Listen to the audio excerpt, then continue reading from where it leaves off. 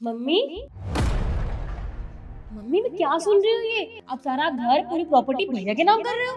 अरे बेटा, देख तेरी तो मैंने शादी कर दी है, अब मेरी वो जिम्मेदारी तो खत्म हो गई। अब ये सारा घर तेरे भैया भाभी को संभालना है, तो मैं सोच रही थी कि सारी प्रॉपर्टी तेरे भैया के नाम कर दूं। मम्मी जी ऐसी गलती बिल्कुल मत करना। अपने जीते जी प्रॉपर्टी किसी के नाम मत करना। हमारे पड़ोस में अंकल आंटी रहते हैं, उन्होंने सारी प्रॉपर्टी ना अपने बेटे के नाम कर दी। अब उनकी बहू ना तो उन्हें टाइम से खाना देती है ना जीने देती है, सारा दिन घर के बाहर पड़े रहते हैं, कोई कदर नहीं है उनकी। प्रॉपर्टी नाम मत करना, मैं तो यही समझाना चाहूँगा आपको। हाँ मम्मी बिल्कुल सही कह रही है। अरे मैंने देखी उनकी हालत, बेचारी आंटी ऐसे कोने में पड़ी रहती है। अरे कई बार तो हम खुद खाना देने जाते हैं उनकी हालत देख के। अब खुद सोचो माँ, ऐसा मत करना बिल्कुल भी, मैं बता रही हूँ आपको, वरना कल को आपके साथ भी ऐसे ही होगा।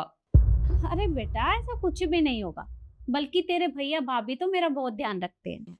देखिए मम्मी जी, ध्यान इसलिए रखते हैं क्योंकि सारी प्रॉपर्टी आपके नाम है। जिस दिन प्रॉपर्टी उनके नाम हो जाएगी ना, उस दिन से आपको पता चलेगा कि वो आपकी कितनी इज्जत करते हैं। नहीं नहीं, ऐसा कुछ भी नहीं होगा। अच्छा तुम दोनों बैठो, मैं चाय लेकर आती हूँ। क्यों भाई, आप क्यों जाओगे? भाभी को बोलो वो चाय बनाएंगी। अरे तेरी भाभी यहाँ नहीं है, वो क्या है ना, तेरे भैया तेरी भाभी को उसके मायके लेकर गए हैं, तो थोड़ी देर में आ जाएंगे। ये लो, हर दूसरे दिन मायके भागी रहती है और आप कुछ भी नहीं बोलते उनको। अरे वो थोड़ा काम था ना, इसलिए गए हैं। तुम बैठो, मैं भी आती हूँ। जब देखो तब मायके भागी रहती है और मम्मी कुछ नहीं बोलती भाभी को। जिस चीज के लिए हम आए ना वो चीज कराएंगे, प्रॉपर्टी नाम नहीं करने देंगे। टेंशन मत लो तुम।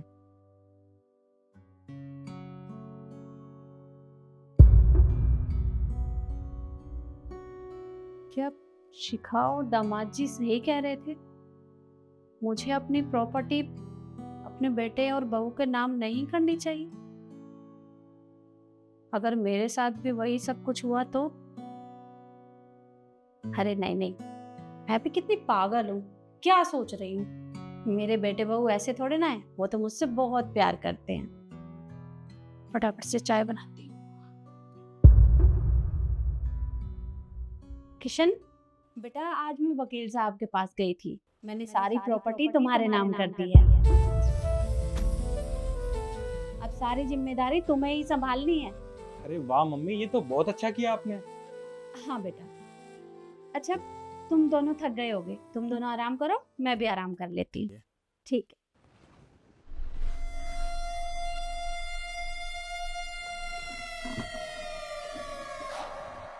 नव्या, मेरे सर में बहुत दर्द हो रहा है, एक कप चाय बना दे बेटा।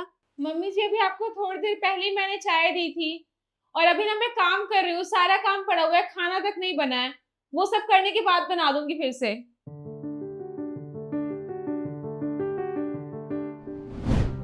मम्मी, मुझे 20,000 रुपए की ज़रूरत है। आप एक काम करिए, ये आपका चेक है, मैंने अमाउंट डाल दिया है इसमें, आप बस साइन कर दीजिए। अच्छा ठीक है, मेरा चश्मा ले आ। हे मम्मी, आप कैसी बात कर रहे हो? आपको मेरे ऊपर भरोसा नहीं है? 20,000 रुपए ज़्यादा नहीं है। ये लीजिए, आप साइन करिए। ला।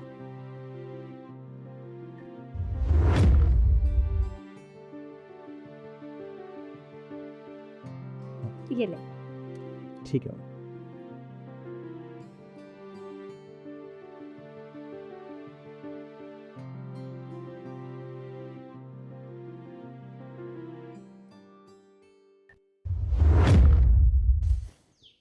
मेरा चश्मा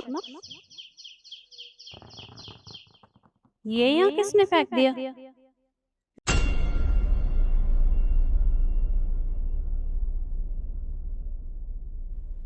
माँ, आप यहाँ आने से पहले मुझे बताया क्यों नहीं? वो बेटा, तुझसे एक काम था मुझे। ये ले, एक बार इसमें देखकर बता कि मेरे अकाउंट में कितने पैसे हैं। आप ये पूछने के लिए आए थे? माँ घर में भैया भाभी हैं, आप उनसे पूछ लेते। अरे तू एक बार बता तो सही। रुको अभी चेक करती हूँ। ये वाला अकाउंट है ना आपका? हाँ। माँ आपके अकाउंट में पैसे थी भी कि नहीं? थे ना, पूरे 2 लाख रुपए हैं। माँ पागल हो गई हो आप।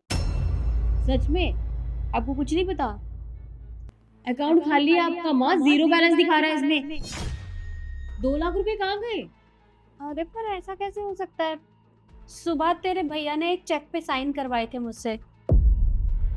उसने कहा था कि उसे 20,000 रुपए चाहिए, पर सारे पैसे गायब हो गए। ऐसा कैसे?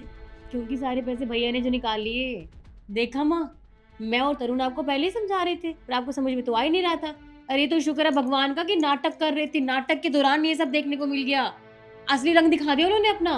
ये तो शुक्र है भगवान का आपने सब कुछ उनके नाम नहीं किया, तभी ये हाल है। कर दोगे तो पता नहीं क्या करेंगे आपके साथ। तू सही कह रही है। तुझे पता है, जब उसने चेक पे साइन लिए थे तो मेरा चश्मा नहीं था मेरे पास।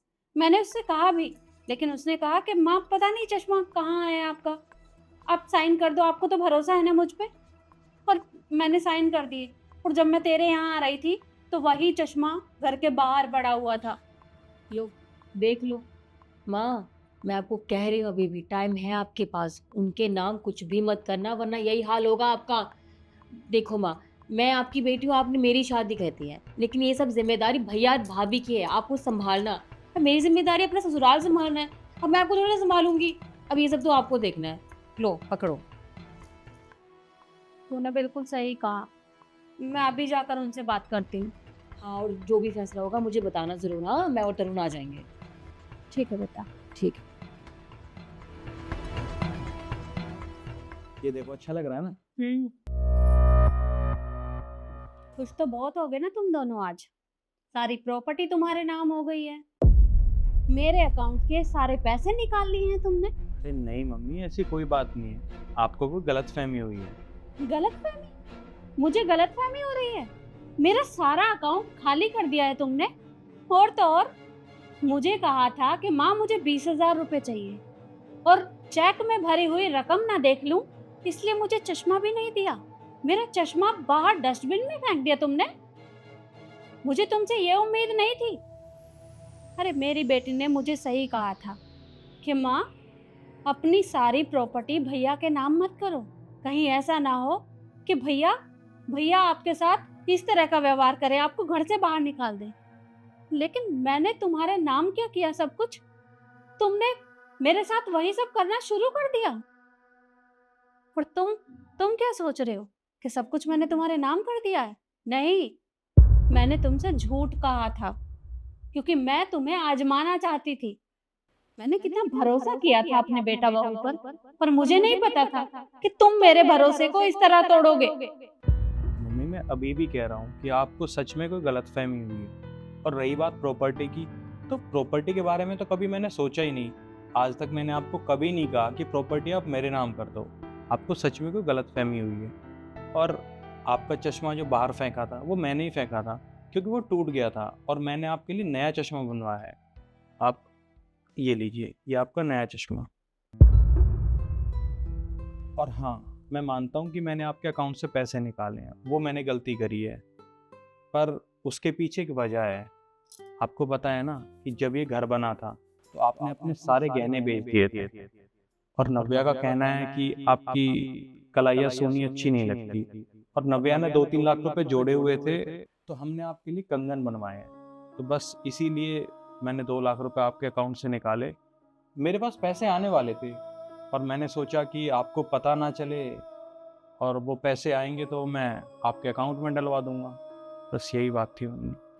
हाँ मम्मी जी, वो क्या है ना कि मैंने 3 लाख रुपए तो जोड़ लिए थे, पर कंगन 5 लाख का आ रहा था, तो 2 लाख कम पड़ रहे थे। इन्होंने कहा कि कहीं से पैसे आने वाले हैं, कुछ दिन में आ जाएंगे तो मम्मी के अकाउंट में वापस डाल दूंगा, तो इसलिए आपसे बिना पूछे ले लिया हमने। और ये देखिए, हमने आपके लिए नए कंगन बनवाए हैं। हमें पता है कि आपने हमारे लिए बहुत कुछ किया है। आपने अपनी सारी ज्वेलरीज बेच दी ये घर बनाने के लिए, और आपकी ये कलाई ना सोनी अच्छी नहीं लगती है। मुझे पता है कि आपको सोने के कंगन पहनना बहुत पसंद है, इसलिए आपने आज तक कोई और कंगन पहने ही नहीं हाथ में। तो बस हमने आपके लिए सोने के कंगन बनवा दिए, और हमें माफ़ कर दीजिएगा, हमने आपसे झूठ बोला और बात छुपाई, पर हमारा कोई ऐसा गलत इंटेंशन नहीं था मम्मी जी। अरे नहीं बेटा, तुम माफी क्यों मांग रहे हो? सारी गलती मेरी है, जो मैंने तुम दोनों के ऊपर भरोसा नहीं किया। मुझे लगा कि तुम भी मेरे साथ वही सब करोगे जो बाकी लोग करते हैं, पर मैं गलत थी। मुझे ऐसा नहीं करना चाहिए था। मुझसे गलती हो गई, मुझे माफ कर दो। मुझे भरोसा करना चाहिए था तुम्हारा। और यही बात मैं आप लोगों से भी कहना चाहूंगी कि किसी की भी बातों में आकर अपने बच्चों पर शक ना करें, क्योंकि हर बेटा बहू बुरे नहीं होते। बाकी वीडियो आपको कैसी लगी कमेंट में ज़रूर बताएं और ज़्यादा से ज़्यादा शेयर करें। धन्यवाद।